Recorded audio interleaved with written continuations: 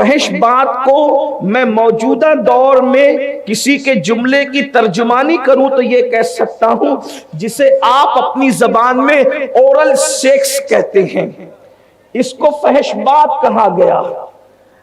فحش بات جو اپنی زبان سے کرے گا، جسے آپ لوگ اپنی زبان میں اورل سیکس کہتے ہیں، اللہ کے رسول علیہ السلام فرماتے ہیں قیامت کے دن وہ کتے کی شکل میں لایا جائے گا،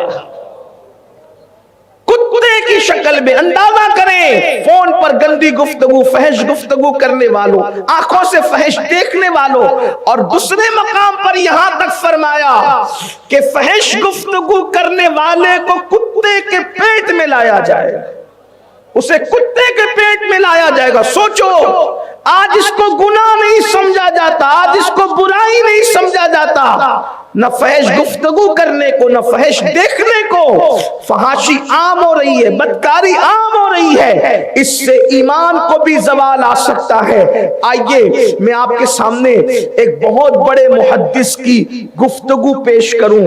اگر آنکھوں کو کنٹرول نہ کیا گیا تو کبھی کبھی یہ آنکھوں کا مس یوز انسان کو کفر تک لے جاتا ہے، کافر اور مرتد تک بنا دیتا ہے، ایمان چھین لیتا ہے۔ اس لیے اللہ کے رسول صلی اللہ علیہ وآلہ وسلم نے اتنی عظیم ترین ہستی باب مدینۃ العلم سید السادات مولائے کائنات سیدنا علی کرم اللہ تعالی وجہ الکریم سے مخاطب ہو کر کے ارشاد فرمایا، علی اگر کسی عورت پر نظر پڑ جائے، پہلی نظر تو معاف ہے لیکن پھر اس پر نظر جمائی نہ جائے، بلکہ فوری طور پر اپنی نظر کو وہاں سے پھیر لیا جائے۔ اگر دوسری نظر میں عورت کو دیکھا گیا تو یہ شیطان کے تیروں میں سے ایک تیر ہے، اور شیطان کہتا ہے میرا سب سے کامیاب تیر کمان آنکھوں کا غلط استعمال ہے۔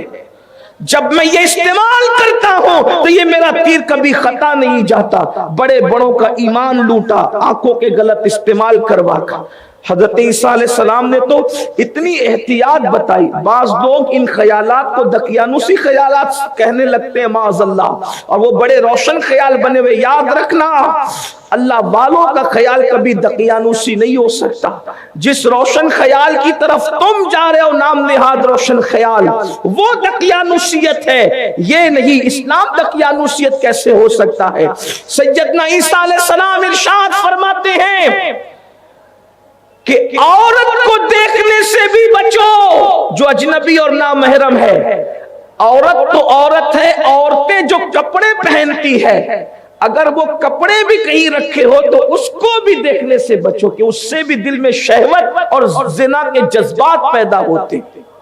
اتنے تقوی کی بات کی حضرت عیسیٰ علیہ السلام نے کہ اگر عورت کے کپڑے کہیں رکھے ہو تو اس کو بھی دیکھنے سے بچو، اور یہاں تک کہ پھر تقوی کی بات فرماتے کہ یہ بھی تقوی ہے کہ اگر عورت کہیں سے بیٹھ کر کے اٹھ جائے اور وہ جگہ ابھی اس کے بیٹھنے سے گرم ہو تو وہاں بھی نہ بیٹھا کرو، کیونکہ وہاں بیٹھنے سے بھی دل میں زنا کے جذبات پیدا ہو سکتے۔ یہ پاکیزگی کا تصور ہے اسلام میں۔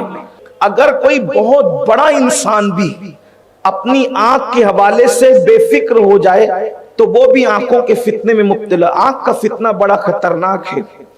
جو بات میں بیان کرنے جا رہا ہوں اس کو علامہ ابن الجوزی نے بھی بیان فرمایا، اور بھی بہت سارے بزرگوں نے اپنی کتاب میں لکھا، جس کو بطور مفہوم اس کے خلاصے کے طور پہ میں پڑھنے جا رہا ہوں۔ ایک بہت بڑے بزرگ تھے بغداد معلیٰ کے اندر، 30,000 حدیثیں ان کو سند اور متن کے ساتھ زبانی یاد تھی۔ بڑے محدث، عالم، فقیہ، اور اپنے وقت کے بڑے فقہاء میں ان کا شمار ہوتا تھا، اور قرآن مقدس کو 7 قرأت پر تلاوت کرنا جانتے تھے، یعنی کہ وہ قرأت 7 سے قرآن مقدس کی تلاوت جانتے تھے اور حافظ قرآن تھے۔ بڑے زاہد، بڑے عالم، توکل میں اپنی مثال آپ۔ ابھی بغداد معلیٰ کی سرزمین